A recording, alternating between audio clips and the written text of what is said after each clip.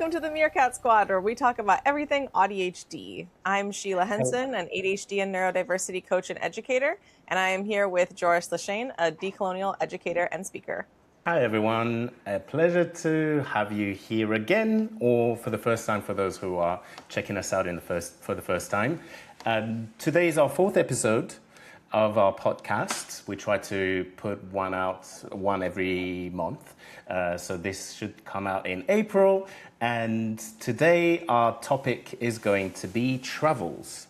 And why travels? Well, because in our second episode, we had a conversation where I was talking about the experience of autism living abroad as an autistic person, and that there seems to be a surprisingly high number of autistic people who live abroad.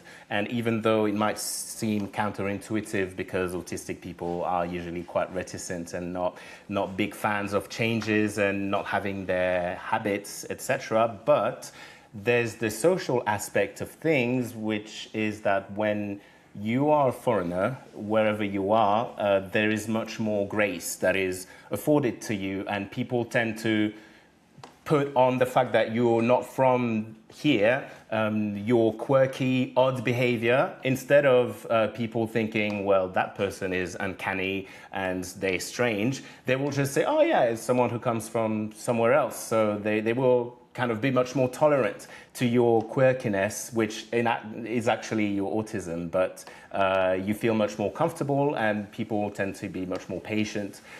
So it's a situation that actually a lot of autistic people, without even realizing it, but they feel quite comfortable living abroad because that explains their quirks and their difference. So when we talked about that in the second episode, I think that it resonated with a lot of people. I received some DMs about it. So we thought we were going to expand on that. Expand on the experience of being somewhere that is unfamiliar and unusual for people with ADHD. And because both Sheila and I are in the middle of traveling, I am currently traveling, Sheila is in the middle of preparing for her travels. So we thought, well, let's talk about travels because that's all that's in our minds at the moment anyway. Yeah, definitely. And this won't just be traveling abroad. This won't just be traveling big international travel, even though Joris and I do have the privilege to be able to do that, partially because of our work. But also we travel, to go visit our parents, or we go travel to, you could stay at your partner's house for the night, or any kind of little travel. Any situation where you're in a new novel environment is going to bring up these same issues, the sensory issues, the new novelty issues, the planning and remembering things issues, being out of routines, all the things that we're going to talk about today. Exactly. So the side of things and also the potentially bad aspect or difficulties that we may face with neurodivergent people or ADHD people when we are traveling. And so, so we start with the benefits. Yeah, let's talk about, there are really benefits for ADHDers and autistics to travel.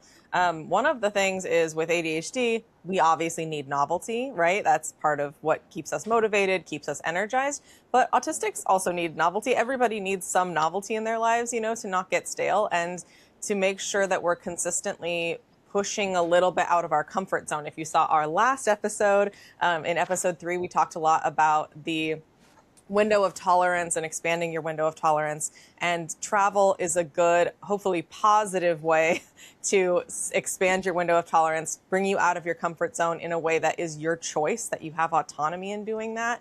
And that hopefully there's some benefit to doing that. If you love trains and you're going to a train museum, maybe it's worth being around a crowd. If you, absolutely love fairies and you love fairy stories from Ireland, and now you're in Ireland and you get to hear those fairy stories from the people that in the culture that came from, that's going to be maybe worth being outside and dealing with temperature changes and bugs and things like that because you get to explore your interests. So this is a way that we can branch outside of our comfort zone and get benefit from that and make it a positive experience. Absolutely. And if you are ADHD, so if you have both ADHD and autism,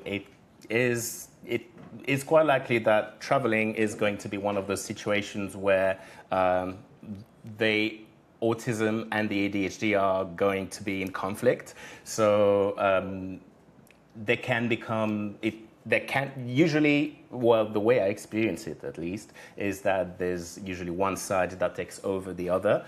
And when I travel, I say that this is my ADHD side that is taking over, because I tend to be much more seeking novelty, much more open to new opportunities, to changing my schedule last minute, to changing my plans to go to a different city last minute, which is something that I know that when I'm at home in London, I would experience as something stressful. I would say immediately no, but when I'm traveling, and I would say my travel is my ADHD dominant, my ADHD side is dominant, and I'm much more open to novelty, and I don't experience it as something stressful or as an attack necessarily. But that cannot, even though I wish I could be like this all year round, I'm also aware that, you know, there's a moment where after having had to shut up for so long, my autistic side is like, let me take over now. So it can only last for so long.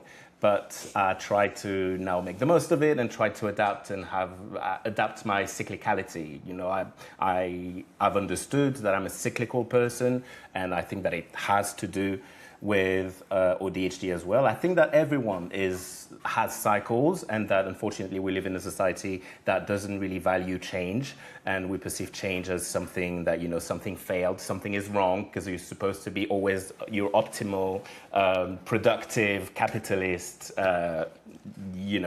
pawn. That's what we're supposed to be. So yes, our society doesn't really deal well with changes and with cycles. Even, you know, menstrual cycles for women, it's still very taboo. It's something that we don't really, that we don't feel comfortable talking about, even though, well, 50% of humanity experiences that. So yes, I went on a wild tangent there. But part of my cyclicality is, I think I link it to my AuDHD and the fact that, I have phases where my ADHD is dominant and I will want to travel, I will explore things, I would be an adventurer. And then when I get home, I go into phases which I call my social winter, which is a moment where I don't really seek to connect with people as much, and I tend to be in my bubble, even though I do miss people. So that's also the paradoxical side of it, is that meeting people and hanging out becomes very tiring, but at the same time, I really do enjoy that. So it's always like, you know, it's getting me depressed that I don't get to see people, but seeing people would also get me depressed because that's tiring and I need to charge my batteries. So anyway, that's my experience of traveling. Yeah, I think a lot of people will relate to the cycles thing, and maybe we can even do another episode where we dive into that more. Comment if you would like to hear more about that, because I know so many ADHDers get diagnosed with bipolar or cyclothymia, which is like rapid cycling bipolar, and then they find out later that they're ADHD, because with ADHD, we have cycles. Like you said, there's also hormonal cycles, there's menstrual cycles that affect ADHD and autism more. And with ADHD, those cycles of having more energy and less energy and more energy and less energy are going to be so much more extreme because of the ADHD and the autism each trying to get their needs met, and that sort of exhausting the other side.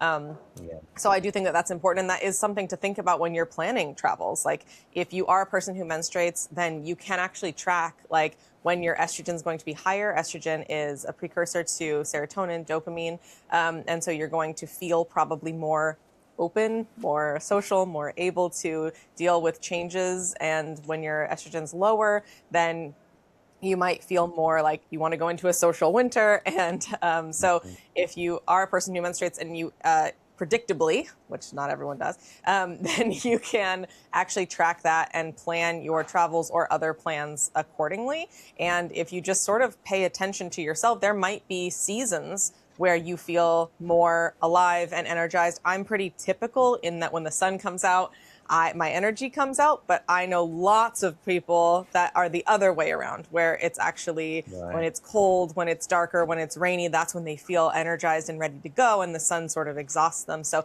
just knowing yourself is really important. And traveling is kind of a way to get to know yourself in those ways, and what feels good and what energizes you and what drains you.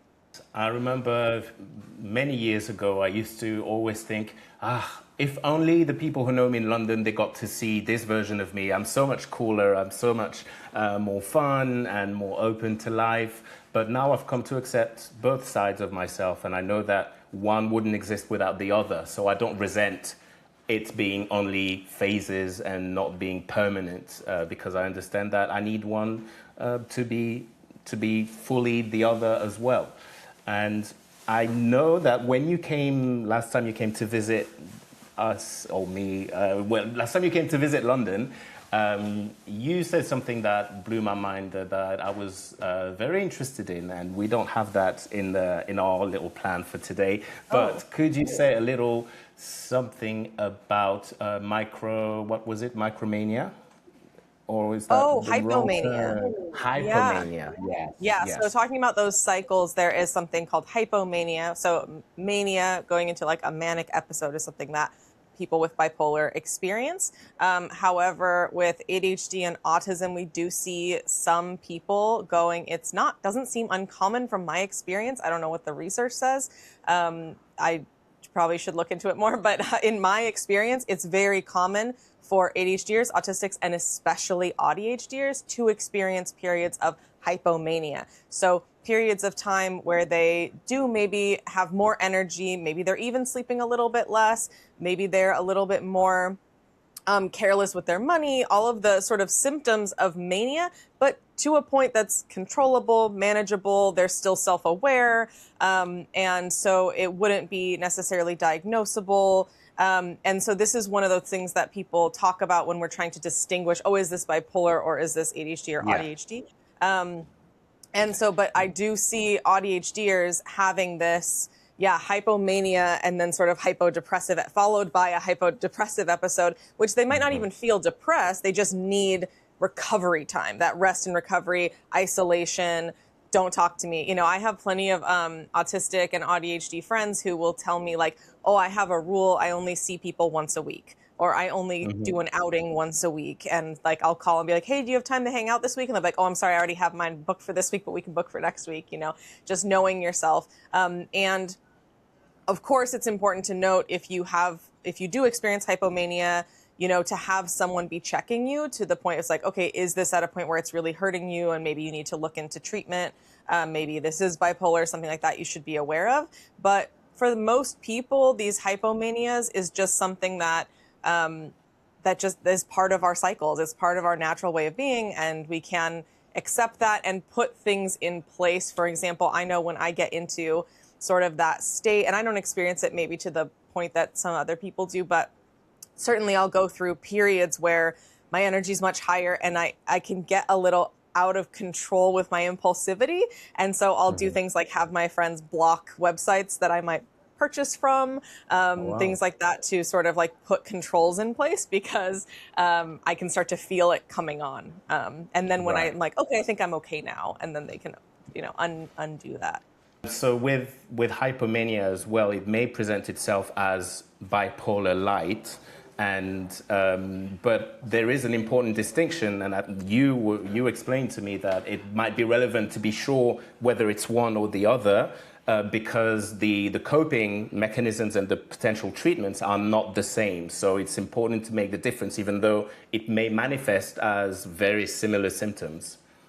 Yeah, it's just, especially just with the medication. That's the reason why it's so important. I've just heard from so many people. I was misdiagnosed as bipolar. I was put on bipolar medication. It ruined my life. Like, that is a statement that I've heard countless times. And again, this is my experience. This isn't research-based. This isn't whatever, but it is something that is in the community that we see. And so that is something that you'll notice is, if the medication isn't working, like, it's probably the wrong diagnosis, right? Some of the time. Sometimes it's just need a different type of medication. But I'm not a doctor, so. But it can't. The wrong medication can be harmful. So we do want to be taking our time and being very cautious in diagnosing these things that have these types of medications. Exactly, and just to be 100% clear, we are not saying that bipolar medication is bad. It can be a problem if you are misdiagnosed with bipolar, but that's not actually what you have. Then yes, it can ruin your life. But otherwise, yes, we don't claim to know better than No. doctors. And, Bipolar, so follow their advice. bipolar medication for bipolar people saves lives. Like Right. my brother's bipolar 1, and thank God for his medication. He's very grateful for it. I think a lot of people are very grateful for their medications allowing them to live like much happier lives. Yeah, but we just have to be careful about who's taking what. That's all. Anyway, I'm not a doctor, but be cautious. Yeah. That's my point. Yes, and to tie it all up, it is more likely, the hypomania is more likely to manifest if you are ADHD because of those two aspects. You have an aspect of yourself that will seek novelty and adventure, and the other aspect that will try to get more of stability and predictability. So if you have the alternating personalities, let's say, then yes, when one takes over, the other one tends to afterwards compensate. And so that may present as you changing moods. And yes, when you came to visit in London, I was in what I described as my social winter, because I had spent several months traveling. And there was kind of a backlash of my other sides that was like, okay, well, now you need to chill. And that I experienced it as like feeling quite kind of mellow. It was the beginning of a depression, even though it was not a full-on depressive episode. But I did feel, not my most positive and active. But yeah. Even though you were able to hang out with me like every day for like 2 weeks, which is amazing. You were the exception, because with you, I don't feel like I have to mask. To the contrary, you explain me. You help me make sense of myself. So hanging out with you was, it didn't feel like a social effort. So yeah, that's why. So touching. But that's something to think about when you're thinking about travel. Who are you traveling with? And who are you traveling to go see? Is that person going to be reliable? Is that person going to be aware and accommodating of your sensory needs, of your planning needs, of your adjustments that maybe you said, yeah, I totally want to go scuba diving tomorrow. And then the next day you're like, I can't. My anxiety is super high. I can't. Is that person going to be like, what? But we play, or are they going to be like, okay, I get it. Or is there some way to get around this? Or what can we do instead? You want to make sure that if you're going to be putting yourself out of your comfort zone, it's going to be with someone who's going to be supportive of that, because it is a stretch, and it is a risk. And so thinking about like how the people make you feel, not just do you like them, because there could be lots of people that you like who don't necessarily accommodate you in the way that you need, unfortunately. Absolutely. You can have both types of friends, be friends who tend to add chaos and, movement into your life, and friends who tend to be more grounding and have a more grounding effect. And both, they're both your friends. Both types can be your friends, but you need to be aware of what kind of personality are the best one for certain situations, for the cycle of your mood, or for when you're traveling, you may be seeking or needing one specific type of friend more than another, and it's absolutely okay. And being aware of that can also help you avoid situations where actually friendships can be damaged because you were in the wrong company at the wrong time, and there weren't necessarily anything wrong with your friend or wrong with you, but just at the time there might not be the kind of energy that you needed to travel with, and that has broken friendships. That's happened to me. So yeah, something to be aware of. Yeah. Oh, another benefit when I got to go visit Joris in London, and why I'm going back to London in a couple of weeks, and Joris will not be there, and I am devastated. But when I was there, one thing that I found was so great was that Joris was open to my interests. Like I was like, I like perfume. Let's go check out perfume. And he was just like, yeah, let's go. And I was like, what? Like we spent an hour in a perfume shop, even though that's not his interest. So that's another thing to be thinking about is like, is this person going to be enthusiastic about what I'm enthusiastic about? Because if like we're going to, Hawaii, and hopefully you're not going to Hawaii. You're going to somewhere tropical, and you're Somewhere where the I hope local Hawaii is okay right indigenous people have not specifically asked to not right, visit not to because go. it's destroying Right. their island. But Yes. So let's say you're going somewhere tropical, and your plan is that you're like, I want to go look at the tide pools, and I'm just a science nerd, and I want to go see all the different fish and all the different critters around and all the different plants. And your friend is like, oh, I can't wait to go lay on the beach and get a tan. Like, that's not going to be a good situation. It'll be fine if you say, well, that's okay. I brought some good books so we can spend, the second half of the day laying on the beach, and you're going to come with me to the tide pools, and you're going to enjoy yourself. Maybe not as much as me, but you will also enjoy yourself. That's great. But do make sure that you have the same ideas about what's fun and what's exciting, because it could be such a yucking your yum if you're like, look at this cool anemone, and your friend's like, ew. Like, you just don't want that situation. Yeah. And I think so, like, to overall, the main lesson from this first segment, I would say, is that you need to be aware that you may have different needs, different interests, and a different personality, a different mood when you're traveling than when you are in your usual place where you live and work. So it's important to be aware of that, to accommodate for both aspects of your life.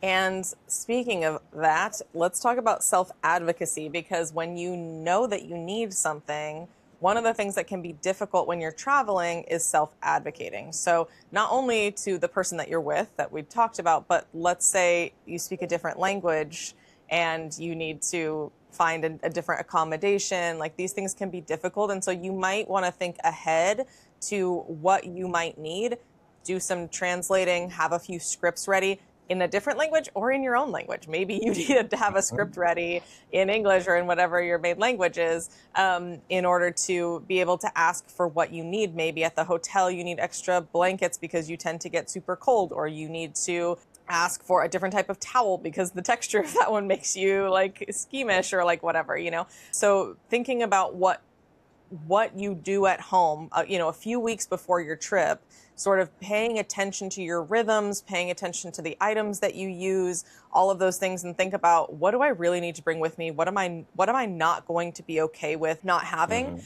And then how will I ask for what I need? How will I ask if I get sick? How will I ask, I lived in Brazil for a while, and it was like the first month I was there, I ended up with a sinus infection from spending way too much time in the ocean and the sun, and having to, and my Portuguese is horrendous. And so having to advocate for, like, I need to go to a doctor, and trying to explain to the doctor what that was like a big to do. And luckily I have family there that was able to help me through that. But if you don't have that, planning for something like that, how would I talk to a doctor about an issue? Where would I go? You could plan all of these things ahead of time.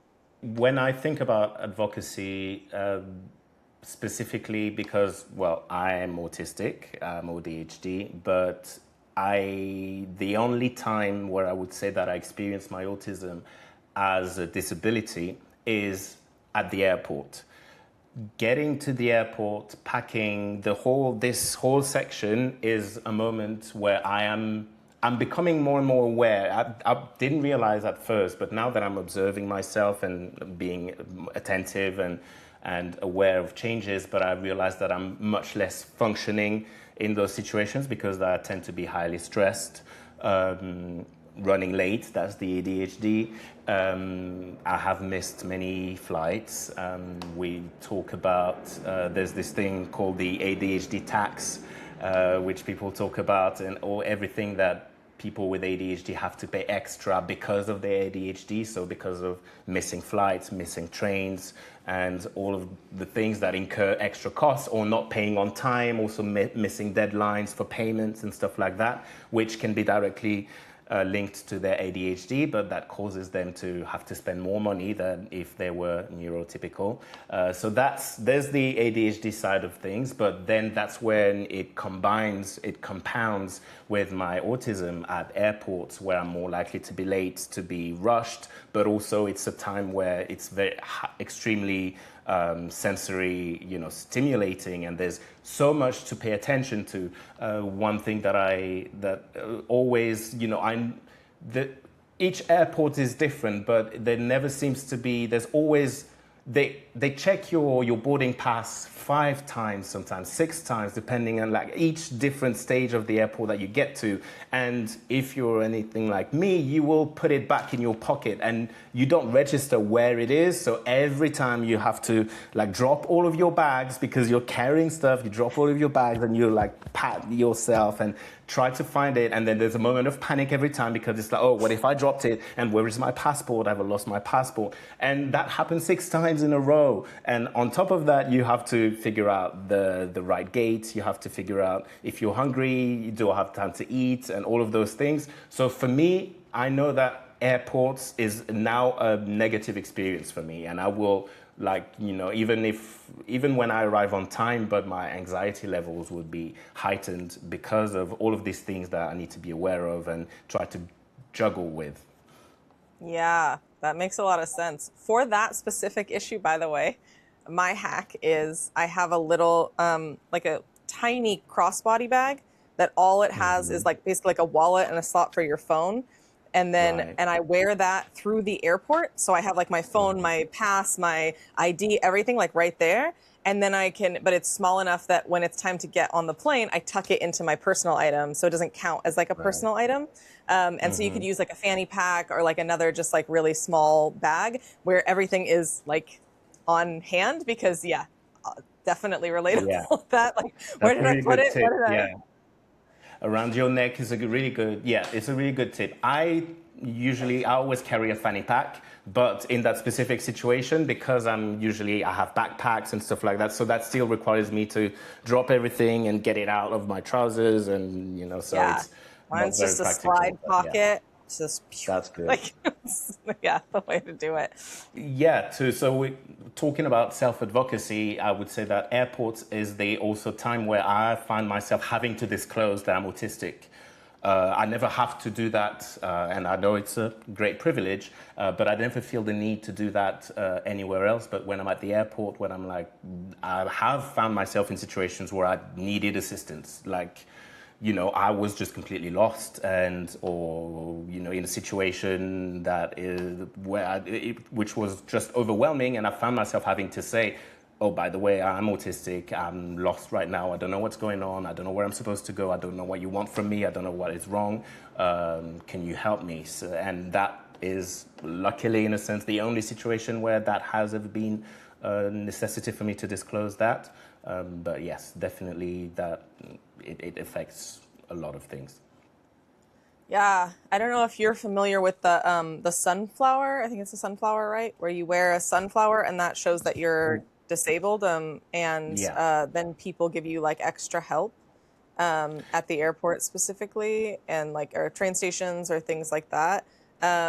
And that I know a lot of people have gotten a lot of help from that just because wearing that, they feel like they have a little bit more allowance to struggle, you know, like that people aren't going to freak out or think like that they're a terrorist or something, you know, it's like, this person's disabled. So like having the sunflower lanyard, I had a friend who for a while wore a lanyard that just said, I am autistic. And it had my name as like their like person to call. Like if I'm struggling, call Sheila. And so like you can have things like that make it like a little bit more obvious. I know some physically disabled people carry a cane, even though they don't usually need a cane, because it just shows very clearly like, hey, I am disabled. Please don't push into me. Don't knock into me. Like, you know, a lot of people with EDS doing things like that. And then if you need to use like one of those little cars, you know, people will be like, you're too young for that, or blah, blah, blah. You know, like, why are you using like one of these, you know, why are you getting assistance? But if you have your cane, they're like, oh, okay. Like your cane. Yeah. So sometimes those like physical signs can be helpful. Absolutely. Yes, we have, in the UK and it's international, but the sunflower lanyard, I think it's for all invisible disabilities, right? Yeah.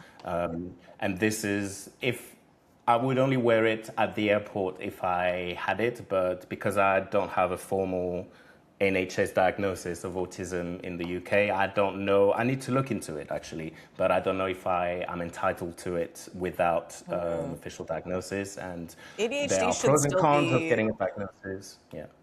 Yeah, ADHD should still be. I mean, in the U.S., it's recognized under the Americans with Disabilities Okay. Act. I would be surprised if it wasn't the same there. All right. Yeah. Oh, well, in that case, yes, I would get it through my ADHD then. Well, thanks for the tip. And for the viewers, I hope that is useful for you too.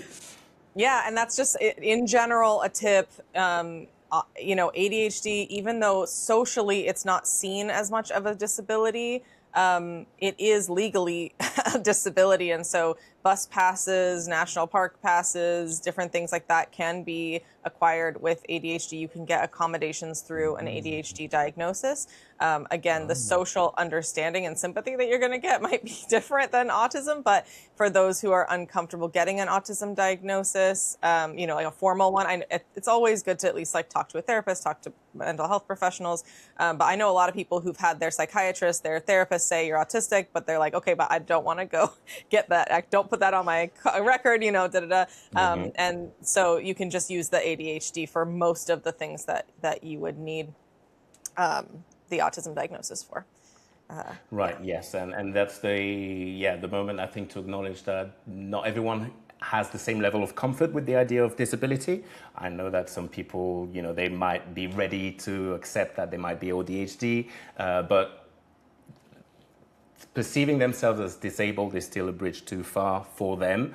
And I hope that, this is a journey that eventually people get more comfortable with, because why do we reject the idea of disability? It's because of stigma. It's because of the way that society is built and presents disabled people as lesser than, less efficient, less productive, less everything. So hopefully we can change the culture a little bit. Hopefully the culture is changing and people get more comfortable with the idea of disability. On the topic of travel, it's also important to be ready and acknowledge that a change of environment can make you go from not being disabled to being disabled. Traveling, changes in routine, in environments, that can be disabling events, right? And even if it's temporarily, but the environment can become disabling even if you are not, or you don't perceive yourself as disabled in general. Yes, and our next subtopic is planning, and I have to say I'm always struggling with if I can call myself physically disabled because I have ADHD, and so of course the genetics, we all know about the huge crossover between hypermobility, hypermobile EDS, MCAS and other histamine issues, POTS and dysautonomia, and then hormonal issues, PCOS, things like that, and then chronic migraines, right? So I have a little bit of all of it, but how bad it is, well, the migraines are pretty bad consistently, but I have medication, but as I'm planning for this trip, I'm always am I physically disabled? Because I'm not fully HEDS diagnosed, but I am hypermobility spectrum disorder diagnosed. I'm not my allergist told me I have MCAS, but it's not a technical diagnosis. Is it really MCAS? Because I know some people who can't even eat anything and they have MCAS. I know people who, my mom has EDS and can barely walk, so I'm it's not as bad as everybody else. But then when I'm trying to plan for this trip and my backpack is full of medications. My backpack is completely full of medications and health things, Tiger Balm patches. Yeah. And do I need to bring a belt for my back? And do I need to I have to bring a tennis ball so I can work out my fascia on the plane so that I don't have horrible pain. And I have to get this special neck pillow and I'm trying to pack light and I can't because my entire suitcase is full of accommodations for my body. And so, right. And I know that a lot of AuDHDers are in a similar situation, and it just made me really be oh, okay, I'm disabled. Also, just the amount of money that I spend on these things, the medications and the treatments and the, whatever. So, and it's okay, I have to make sure that I get these massages and these things before I go and da-da-da. So, see my physical therapist extra and all of these things. So when you're planning to travel, you might feel embarrassed about how much you have to accommodate for yourself. You might feel embarrassed about the sort of things that you need to bring. I'm doing a class on ADHD, autism, and travel. Joris might join me. I have some videos I'll show with different items that people use like on a long flight or a long train ride, where like a sling for your feet or like something for your feet to sit up, different neck supports, different back supports, different things. And you might feel, or like even having a little pocket in the front, in front of you, so you don't have to bend down to get your stuff, you know, while you're in the middle of a flight or a train ride. And so you might feel embarrassed to have these like very visible acknowledgments that you need something extra, especially with all these like influencer girls doing like face masks on the plane and like just being extra for the sake of being extra. And you're like, I really need this, you know?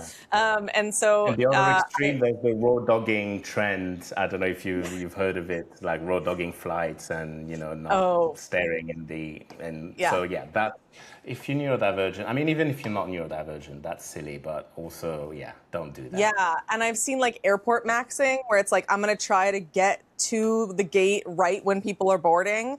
I do not recommend that for us, okay? I really don't. I go the opposite way. I'll show up 2.5 hours early with my laptop having a plan of something to do. So I hate waiting. I have ADHD. I'm the most impatient human on the planet. Dang it, I keep hitting my mic. I have ADHD. I'm the most impatient person on the planet. But when I'm going to the airport, I will have a plan of something I'm going to be working on my computer so that it feels useful. I go there having not eaten so that I can stop and enjoy a meal at the airport. I know it's expensive. I don't care. It's much worth it. It's very worth it to me to be able to have the peace of mind and like get my snacks and like do all those things there, because it's worth it for me to have the peace of mind that I'm there as early as I possibly need to be, no matter what happens. And I have things to do. I'm not going to be bored. I'm going to be okay. You know, both of those things need to be in place for me to feel okay. And so, I'm not an airport maxer. I'm an airport minimizer. I don't know. Minimizer. Well, you've just made me realize that I've been airport maxing my entire adult life, but I also wouldn't recommend, and don't do it on purpose. And I would very much like to not have to do that all the time. But unfortunately, that is the nature of my ADHD and autism, my AuDHD, yes. Yeah, and some of the guys, I've gotten really good at planning. Like, I'm already packing for my trip 2 weeks in advance. What were you going to say? Yes. Yes, that is usually the phase that you described before we started recording, while all of the things that you're thinking about, that usually happens to me maybe 6 hours before my flight. So I tend to not sleep before, because I just take a lot of time to pack, even though I do it all the time and I know what I need, but there's so many processes and routines and stuff that need to fall into place that I end up, most of the time not sleeping. And so that adds also to the stress of rushing to the airport usually. But on the topic of, disclosing and advocacy and traveling, I know that we might be, we just talked about accepting and acknowledging that we might have different needs in times of travel. And it's already a work in itself to accept that about ourselves. But then we also have to think about potentially disclosing or not disclosing in the context of traveling, because if you apply for visas, for instance, there's usually questions related to, do you have mental health issues? Do you have problems that we may want to know about? And then the question is, is that relevant? Is my ADHD, autism, my AuDHD, is that relevant? Do I mention it? Do I not mention it? Is it gonna make it harder for me to travel? I think that there's a lot of fear mongering online about people, if you say that you're autistic, especially, then people won't let you into a country and da-da-da. That hasn't been my experience when I talk to people, and I know lots of people who are autistic who've immigrated to places like Australia, New Zealand, Switzerland, et cetera, like that, where there is that, I know that there is a caution in places where there's universal health care that, if you're going to be a burden to the system, unfortunately, that's sort of the mentality that the governments can have. However, I mean, I've even talked to people whose children have profound medical needs and they were still allowed. It's a matter of, I think there's probably, my assumption is, and other people might know more about this, put it in the comments if you do, is that there's going to be some sort of thought process that goes on about like, are you going to be able to take care of your needs or your children's needs, or is that going to be a huge cost to the universal healthcare system? In the United States, because we don't have universal healthcare, even though thank goodness I'm in Oregon and we have some version of that, but most of the United States doesn't, and so I think it's more of they want you to disclose, and they could, if they find, like my theory is like if they find another reason why they don't want you to come in, they could maybe use that. That would be my theory, you know? Well, yeah, in the specific case of the US, because I had a whole situation at the airport and I had to book a different flight because I was refused boarding. But it's not even related to my ADHD this time. So, but yes, I had to book a different flight because I was flying to from Toronto to Brazil. And in between those two places, there's this country called the United States, and it was quite tricky to find flights that wouldn't go via the United States because of political reasons. I do not feel comfortable as a black queer person, as also someone with a platform who's been quite critical of fascism. I do not feel comfortable having to be stopped and interviewed by border control in the US, by ICE or whoever's there, and also because you have to pay for a visa, even if you're only transferring, you're not leaving the airport, but you still need to pay for a visa, which was like $179, I think, this time. So yeah, that's a lot of money. But yeah, I still went through the questionnaire and like the form, and they do ask, do you have history of mental health, and do you have mental health issues? So there's a whole other conversation around, does the ADHD, neurodivergence, and mental health, that's not the same thing, but one affects the other inevitably. And, there might be the way that you perceive it, but the US government might have a different interpretation of what falls within mental health issues or not. And I would not trust RFK Jr. to be very understanding and knowledgeable, especially around autism. So anyway, yes, that would have been a problem for me as a neurodivergent person. That is something that I would not want to disclose to the government of the United States specifically. Yeah, makes sense. And so, I mean, we have to make those choices, and it's good to research ahead of time, what likely happens when you do disclose in this particular country. Just make sure that you're being aware of that. Also, make sure that you're aware of your medications and if they are allowed in that country. There are some countries, I know there's some countries in Asia where all stimulants are banned. My sister had to travel and just go off of her Adderall. And so her and her doctor planned ahead of time for her to taper off the Adderall, or sometimes to take a different medication like a non-stimulant, like Strattera or something like that, either short-term or long-term. But you'll want to take time. You don't want to show up in a new country and suddenly not have your medication and be going through any kind of like withdrawals or confusion. So you want to plan for that ahead of time. There might be alternatives, either like natural herbal alternatives or medication alternatives, or you just are like, you know what, I don't actually need my Adderall on vacation, but I do want to taper off slowly before I leave so that it doesn't feel like it's all hitting me at once. So pay attention to that.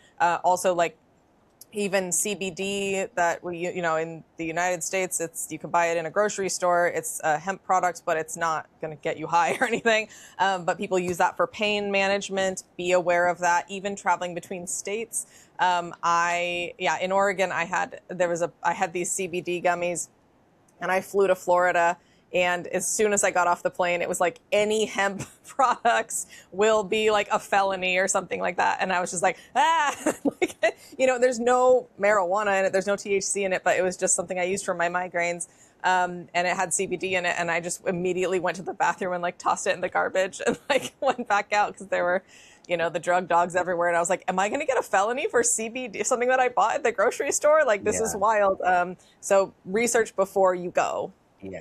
I had a similar experience when I was flying from Peru to back to Europe via the Dominican Republic, because in Peru and also in Chile and in Colombia and in Ecuador, it is part of the culture to have coca leaves Coca as in Coca-Cola, but also as in cocaine, right? And but it's you can buy it at the supermarket, and the psychoactive element is as strong as what you will find in tea or coffee, right? So the leaf itself, it's just like a sort of tea, right? So it's absolutely innocuous, but because of demonization and war on drugs and cultural misunderstanding and racism, many countries that are not South American, they really demonize anything related to coca, even if it's not, you're not traveling with powder, with cocaine, but it's still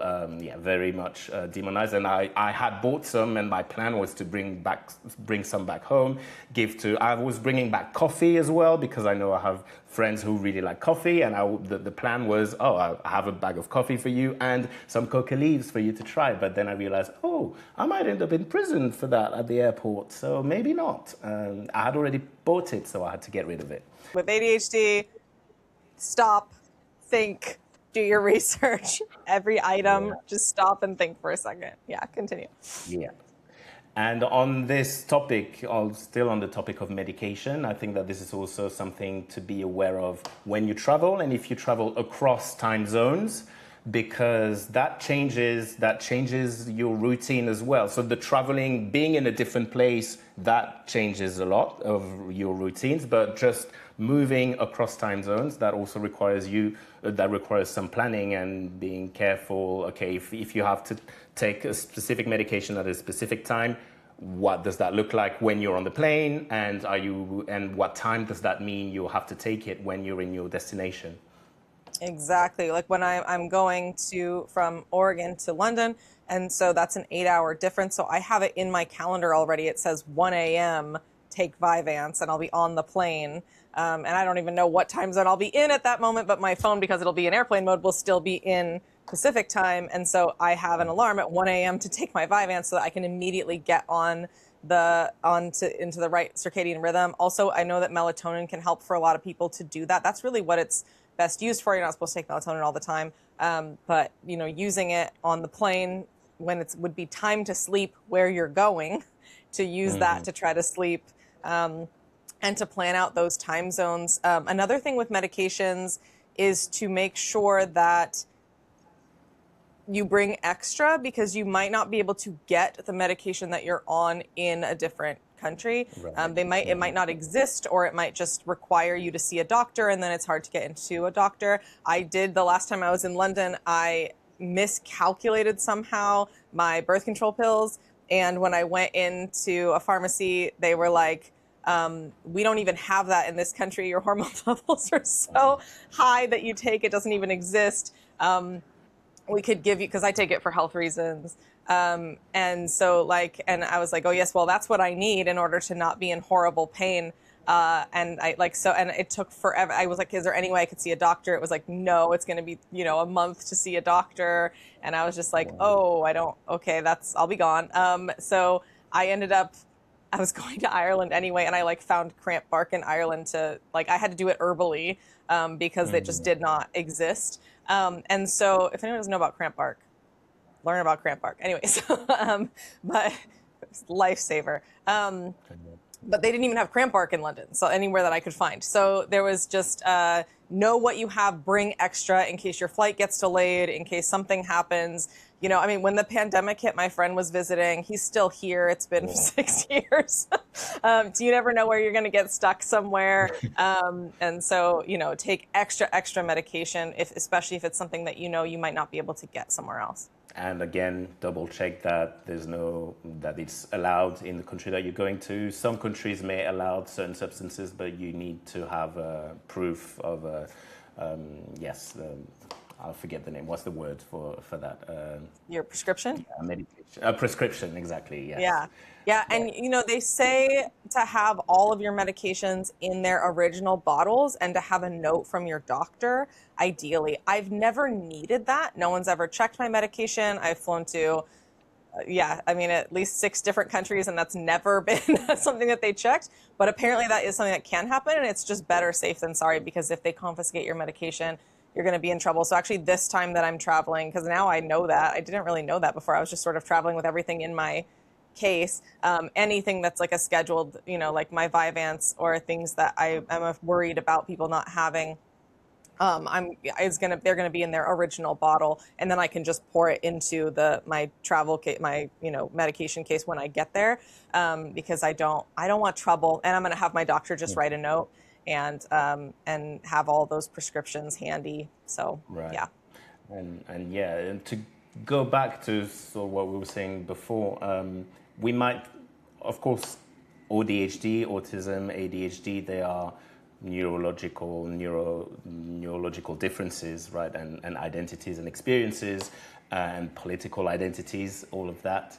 But it's important to be aware that they will also affect our body, the way our body moves, the way our body works, and so it might be difficult to make that connection, but I hope that we can be more and more comfortable understanding that, okay, I'm not just autistic in my head, in my brain, it's my body is autistic, and that means that I may need accommodations that are more than just, that can be physical, and that all of the medications that I'm on, even if it's not directly connected to autism or ADHD, but it's a part of the package that your body is.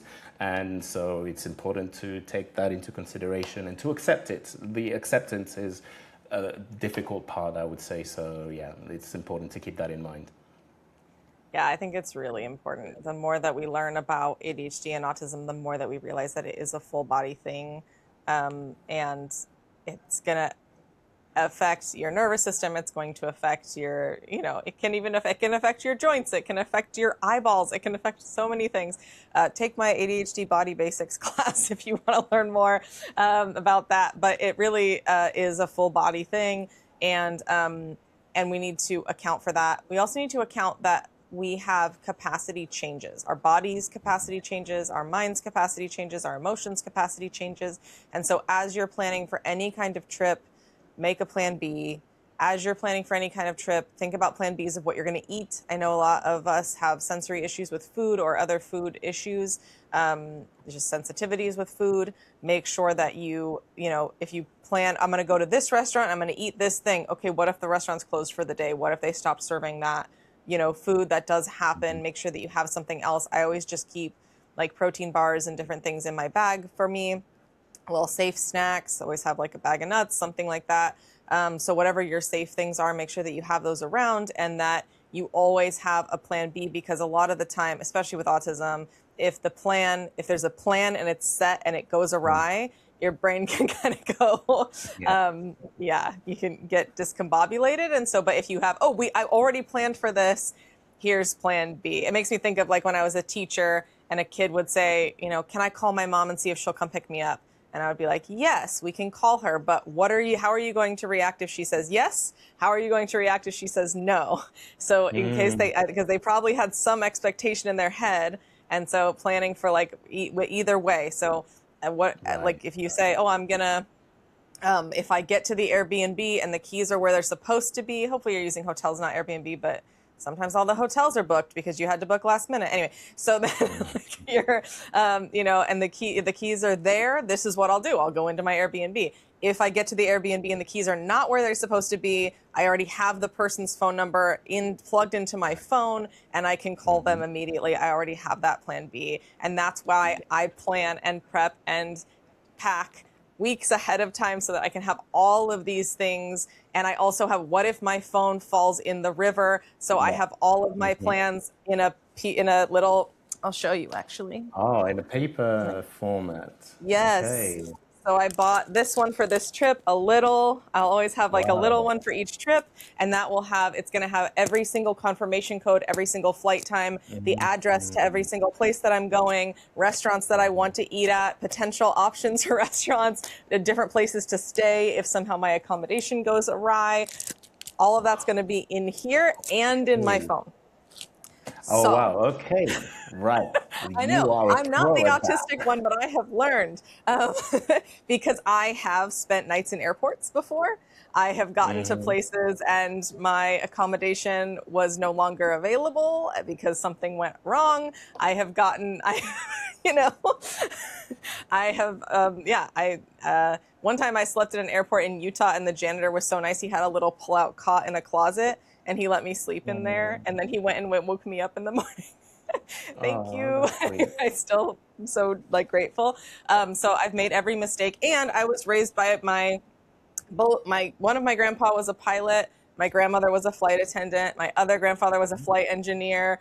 My uncle's a pilot. My aunt's a flight attendant. I was raised by travelers. And so as soon as I started to take it seriously, and some of them are autistic for sure. And as soon as I started to take it seriously, I started paying attention to their tips and tricks and learning all of those things, which is what I'm going to share with you in my class if you join me. Yeah.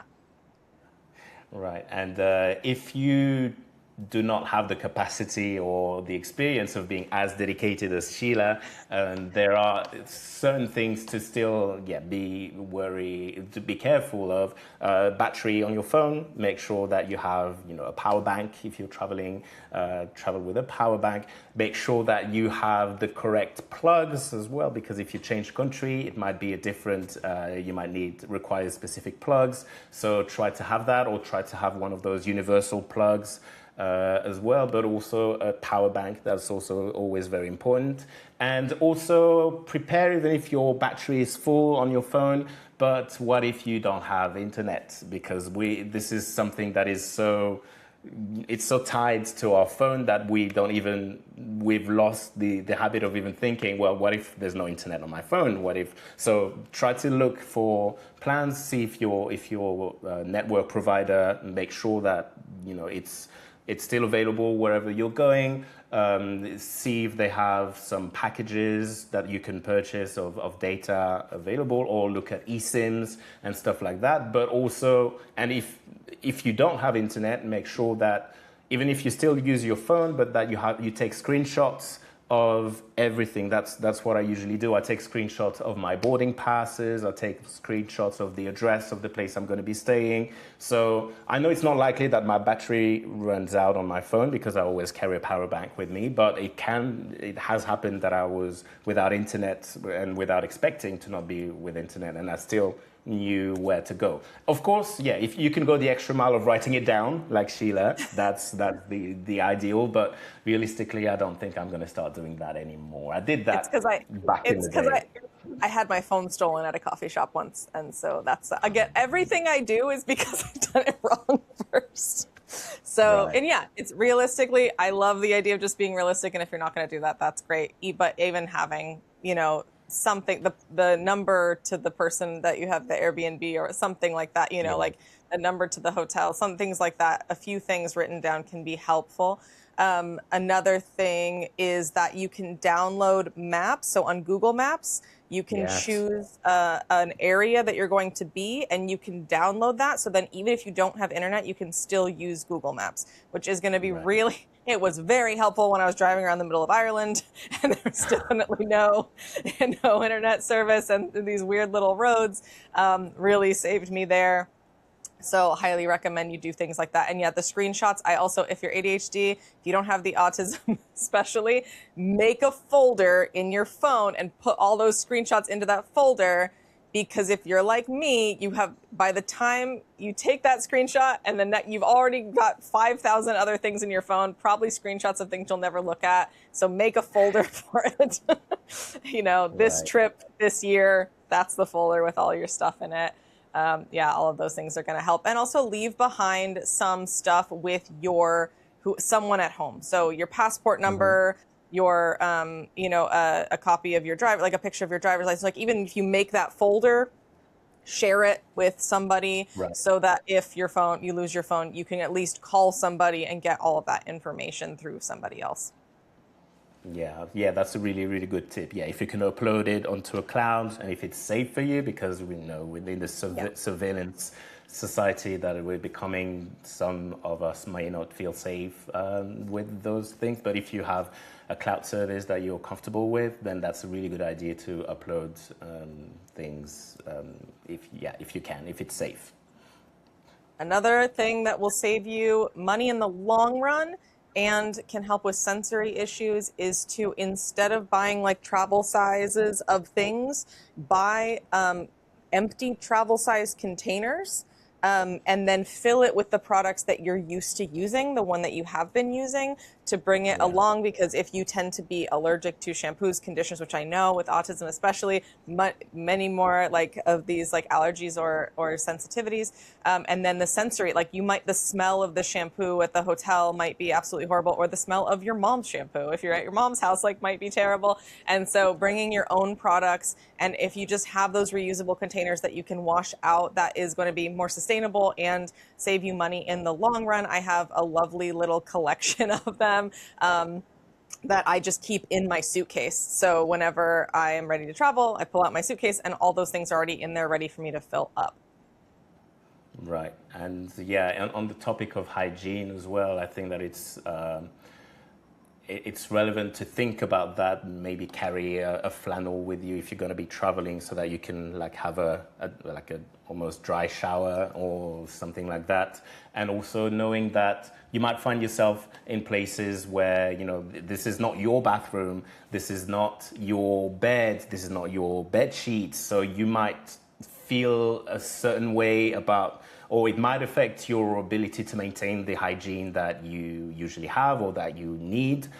So that might affect that as well. If you don't feel comfortable in this certain bathroom, in the specific bathroom that is available to you, then yeah, that might be something to take into consideration and try to mitigate the effects by carrying with you equipment that enables you to take care of your body hygiene in any or all circumstances.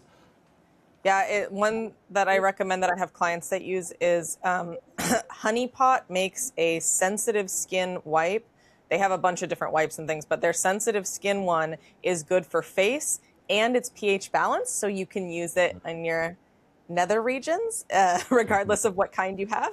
And so you can use it literally for every part of your body, and you can get them in a pack or like individual packets that you can just keep in your purse or in your pocket. So like even if you have a 24-hour flight, like I had once, you know, it's 24 hours of flying to get to Brazil, then like I need a couple baths in that amount of time. So like keeping those in my pocket so I can discreetly walk to the bathroom and, you know, do what I need to do. So yeah, it's a good tip. Yeah. And again, be prepared to changes, be prepared to potentially feel uncomfortable in situation, to have your senses and sensory needs and issues out of balance. That's usually, you know, if you travel, hopefully that's something that you're aware of and that you seek, but you might have to travel for reasons that are, you know, against your will, or, you know, and those are the things to take into consideration to not add to the stress that traveling might already be causing you. Yeah. I know I have a lot of clients that are sort of forced to travel for work and have to go to these conferences or things in different places, and they're like, I don't want to be here. I don't enjoy this. I'm not a travel person. And so just having, you know, a lot of these little things that we've talked about that can add a little bit of comfort, a little bit of sameness, a little bit of joy, hopefully, you know, can make a big difference. So hopefully you can actually enjoy travel and get the benefits, because like we're talking about, there really are benefits. And I've heard the claims that it can help prevent burnout. I've heard claims that it can help, you know, and I just believe that, like having this novelty, even for, you know, the most same-centered autistic person, like still needs novelty in their life. And so like I think I do want to encourage people to do traveling, and that could be, you know, when I was younger, my parents couldn't afford for us to travel, and so it was always the same vacations where we would take a big tent that fit the whole family, and we would drive to some beach thing and pay $10 for a beach spot and spend a week there, and that was our travel, and we all loved it. You know, like there's a lot of different ways to do budget travel. The way that I do it is I have a lot of friends in different places and I go and stay with them, which is what I'm doing right now. And so if you can figure out your ways of doing it and remembering that people like visitors, you know, most people like visitors. And I think sometimes we will not ask like, hey, can I come stay with you? Because we think that could be burdensome, but actually maybe they're really wanting that. And I've learned that from my Brazilian family, who will just be like, we're coming for Christmas. We'll be there for a month. And we're like, okay. Like, you know? And I love that, you know, like my mom's always like, clean quick. But like, otherwise we really love that. So make sure that you're actually asking and taking those opportunities where you can find them.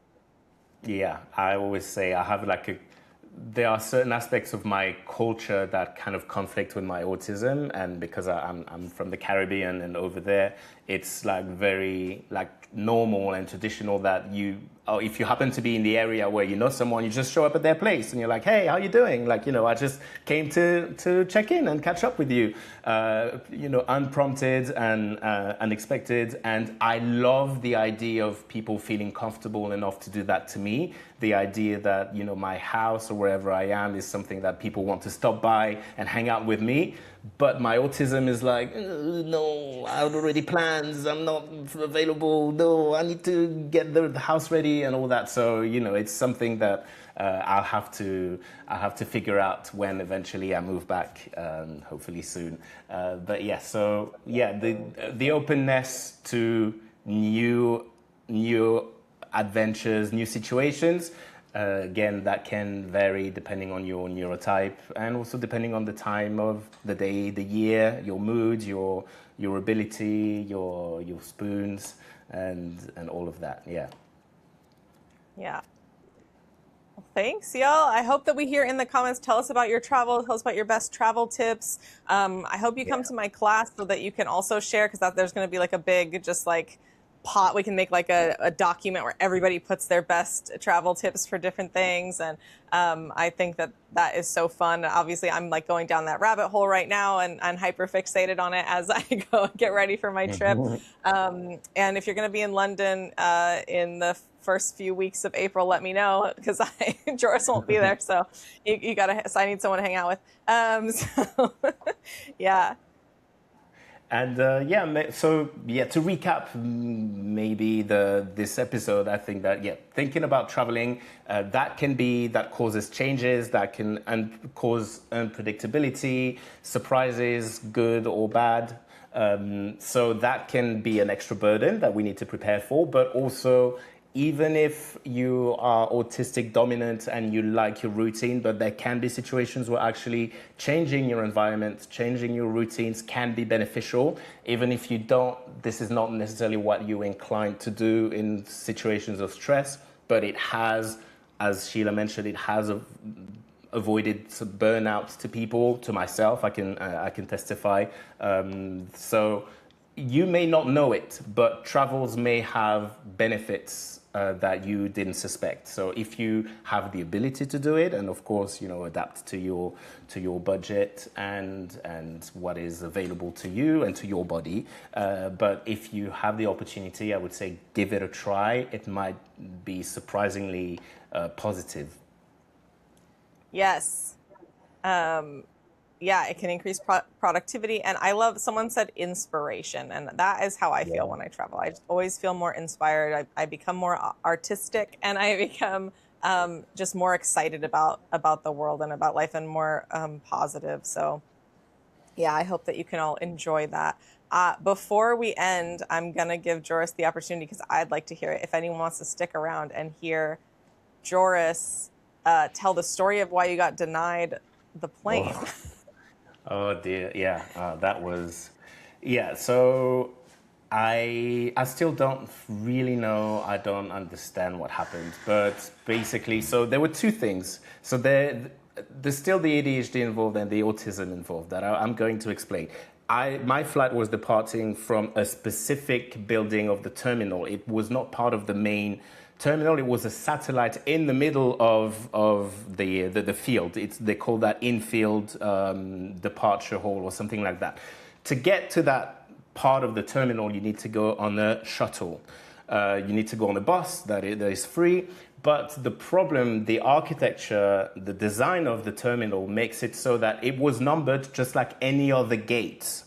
So you had no way to know that you're not actually boarding, you're not at the gates to board the plane, you are at a gate to get onto a shuttle that will take you to the actual terminal building that you're departing from. And I did receive an email that was telling me, oh, you're gonna be you're gonna have to get on the shuttle. So I was aware of that, and it did say you need to allow for like an extra 20 minutes, which I was aware of, and I had plans for that, and I had plenty of time. But again, yeah, because of the signage, it was not very clear still. But I showed up at the gate for the shuttle more than an hour before it was supposed to close. And I saw no one. It was empty. Usually when you board a plane, everybody's queuing up, and there's something on the screens that is saying boarding in process or whatever. So you can check the destination, you can check the boarding status, you can see other people, you can ask them, is this the flight to your destination? None of that. It was empty. And because it looked like a normal gate, usually you get to your gate and nothing is happening. You're like, okay, well, they're not boarding yet. They haven't started the process. So I was fully aware of the time, but what looked like the gate was empty. So I was like, okay, well, I have time to go grab some food, which I did, and I came back again because I was still on time and everything was fine. And then the people at the gate, they're like, oh, you're gonna miss your flight, it's too late. And I'm like, what do you mean? Like, I still have half an hour, what are you talking about? And they were like, yeah, but this is not the gate, you should have been here an hour ago. And I was like, but I was here, you saw me, I walked past and this was empty, so I went back upstairs. So that was the first negative interaction. They were like, okay, well, you can try and go on the shuttle, but we don't think you're going to make it. Well, you might not be able to make it. That's how they said it. Luckily, the shuttle driver was a black person who had heard the situation, so he immediately departed. I don't think he was supposed to depart. He was supposed to wait a few more minutes for other people, for other flights to get on. But we went directly to that building, and I ran to the gate. When I got to the actual building, I ran to the gate. I sprinted, and people had already been, like, they knew that I was trying to board that specific flight. So they were like, run. So I was like, okay, well, they're aware of it. So, like, surely they're going to hold it for like another few seconds. Bear in mind, at this point, I still don't understand why I'm late, because on my boarding pass, there was boarding starts at this time, and boarding closes at this time. And I was still well within what was written on my boarding pass.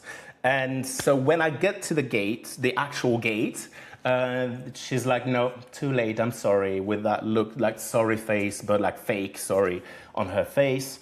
And I'm like, what do you mean? Like, first of all, like, what am I supposed to do now? But also, what do you mean? Why am I late? Like, I rushed and like I was panicked and all that, but I still don't know why I'm late. So, and then they said to me, oh, your flight, which was scheduled at 8:30, it has been moved to 8 o'clock. And apparently it was moved forward half an hour. So, because I was like, I am not late. The flight is at 8:30, it is 8 o'clock, and the gate closes in 20 minutes. What are you talking about? Why am I not allowed on? And she was like, no, it was actually, it has been changed. That's what they told me. And I'm like, but I didn't receive any email, I didn't receive any communication, there was nothing on the screens, there was no way for me to know. How was I supposed to know that? And I later learned that was probably a lie, which makes no sense to me. But yeah, because then that created the situation where I had booked via a website, kiwi.com, and I called them. I was like, well, this is the situation. What am I supposed to do? And obviously they go through the normal process. So they're like, well, they could see that the flight hadn't officially departed. And I'm like, what do you mean it hasn't departed? I'm telling you it departed early, and that's why I've been denied boarding. Why are you telling me now that it hasn't, like, it's past the time that it was initially supposed to? So what do you mean? And what happened is that the flight actually departed late. I was denied boarding because under the guise that it was moved forward, the flight actually departed more than half an hour late. So it was completely crazy. And I don't know how I'm supposed to claim. I'm still in the process now. I don't know how I'm supposed to, because I couldn't prove this story of, oh, the flight is departing earlier, because there was no trace of it. On their system, on anywhere, the answer, I called the website that I purchased the ticket from. I called the airline, and both, they were telling me, I don't know what you're talking about. The flight was delayed. So what are you even talking about? And I'm like, I didn't make that up. That's what was told to me. That's the reason that was given to me why I was denied boarding. I don't know. It doesn't matter what time it departed. I can tell you why I wasn't allowed in. And that was the reason. So that's it. Yeah, it's a completely, crazy situation. So I was so desperate, I actually went to the police because I was like, nobody seems to believe me. That was told because that was the only flight of that airline, of Copa Airline. I'm going to name them because that was unacceptable. That was the only flight departing from Toronto that day. So that meant that all the staff, everybody, they went home. They left. There's no Copa desk at the airport. There's no one. All I could do was call. And when I called, they were like, I don't know what you're talking about. The flight departed late. So I was like, okay, well, now I'm the crazy person. I'm being gaslit by this entire situation. So I went to the police and I was like, is there any way you can check the cameras to confirm at what time I got there, what time I was denied boarding? The police officer, bless his soul, I'm not a big fan of the police as an institution, but that was the first person. So, what did you say? But this particular one, this particular one, that was the first person who actually listened to me and who wasn't trying to, he took notes, he was taking notes, he was listening to me. So just that makes such a huge difference, especially when I had been gaslit. Like, I was like, did I invent it? Am I crazy? So he took notes and he was like, at first, he wasn't convinced that he was able to check the cameras because he was like, this is a whole procedure. You can't just check the cameras like this. And, only an officer can check and there has to be serious reasons, etc. Eventually, he did go and check the cameras. And he came back and he confirmed, that I showed up at the desk. He confirmed what time I got on the shuttle, what time I got to the actual boarding gate, and the 3-minute interaction that I had with the staff where they were telling me no. And he even told me one thing that is even crazier. He said that the bridge to the aircraft was disconnected 10 minutes after I had been denied boarding. So the aircraft was there, boarding, the bridge was still there. They could have let me on, but they just wouldn't. They didn't want that. And this whole time I'm thinking, I was denied boarding because the flight, I missed it had already gone. Not only had it not gone, but the bridge was still there for a full 10 minutes between the moment I showed up at the gate and the moment that they disconnected the bridge. So even the police officer, he was like, yes, I agree with you that's whatever the reason is, but that's not on. They really screwed you over. So at least I have confirmation that I didn't make that up. It wasn't my fault. But yes, I still ended up having to book another flight. I might have not only lost the money of that initial flight that I had booked and was unfairly denied boarding, but obviously the flight that I ended up going on was more expensive and it was departing the next day. So I needed to find an extra night of accommodation in Toronto. So that's a lot of money. And that's not even the ADHD tax this time. It's just, I don't know what to blame it on. That woman, obviously. I was like, that's really where it is. I mean, I don't know what happened at that first gate, but at the crux of it, you were at the gate. The woman didn't let you on. So that, and she works for Copa. Is that what you said? Yeah. That was the Copa So Copa stuff. needs to cover your flight, and they should cover the whole other flight and some, emotional damages. That is ridiculous. No, you're not going to let this go. You're not going to let this go. Well, yeah. Knowing that I wasn't crazy, that helped a lot, but I don't know if I have the energy to fight it because, I could make a post and post it on social media and use my platform and stuff like that, but I'll see. I know that, that would be the right thing and the fair thing to do, but... I mean, I think you could probably just call... Did you call Copa and you told them what happened and then they were just like, no? Yeah. But so that's Kiwi through which I had booked. They kept telling me, "Oh, you need to ask COPA and to like make a complaint," which I have done. So the process is ongoing with them. But I don't trust COPA to recognize that COPA did something wrong. That's why I was trying to get the police involved, because I'm like, if I have an official, like the authority with the stamp of approval confirming that, that might threaten them, or that if I decide to pursue legal actions, I mean, it's very unlikely, but at least I have some official records of what happened. So we'll see, but I don't have much faith in them acknowledging their mistake or their misbehavior and then compensating for it. We'll see. We're gonna get that money back. Yeah. I'll help you. Yeah. And I bet there's people listening who are like, I'll help you too. Is there a lawyer out there that wants to help? Actually, come on. yeah. Legitimately.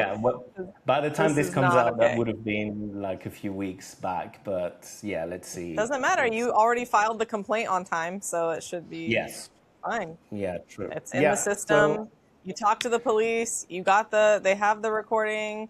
Like you put in the complaint. You're good. Yeah. We're gonna get the money back. Yeah. Have mind if you have any tips, if you have any experience and expertise in this situation. If you know what I could do if all fails, then do let me know in the comments. I will say this is not a victim blaming situation, but this is one of the reasons I do book directly from airlines now, because there has been same with hotels. Like that was one of the, when I said not having my accommodation, like booking a hotel through a service and then showing up in the hotel being like, we don't have anything booked for you. We don't have any rooms open. And I was like, what? Yeah. So, and I've heard of lots of other people having that experience. So, booking directly from the hotel website, booking directly from the airline, like I highly recommend. Also, I'm a points, just a sucker for points. And if you book directly, then you get the points. Okay, and so this will be my third trip to the UK on only points. So that's three round trip flights over the last 15 years, but still I think it's highly recommend. I would say yes and no. I would not recommend. I mean, I think it depends on your situation, because in this specific case, Kiwi, which was the third party I booked it through, they were the only people who picked up the phone. Because I tried to call the airline. It was also, that's something that would be for another episode, but the hostility of systems and automations, especially for people with ADHD, how horrible it is. But it kept asking me, there was a menu of option 1, 2, 3. It didn't make sense, especially in such a confusing situation that I was in. Obviously, there was no option that described specifically the reason why I was calling and what. So when you're autistic, I think this is an extra hurdle to try to rationalize and be like, okay, let me think like the machine is thinking, and this is what I'm supposed to do. Because those systems are designed to make you give up.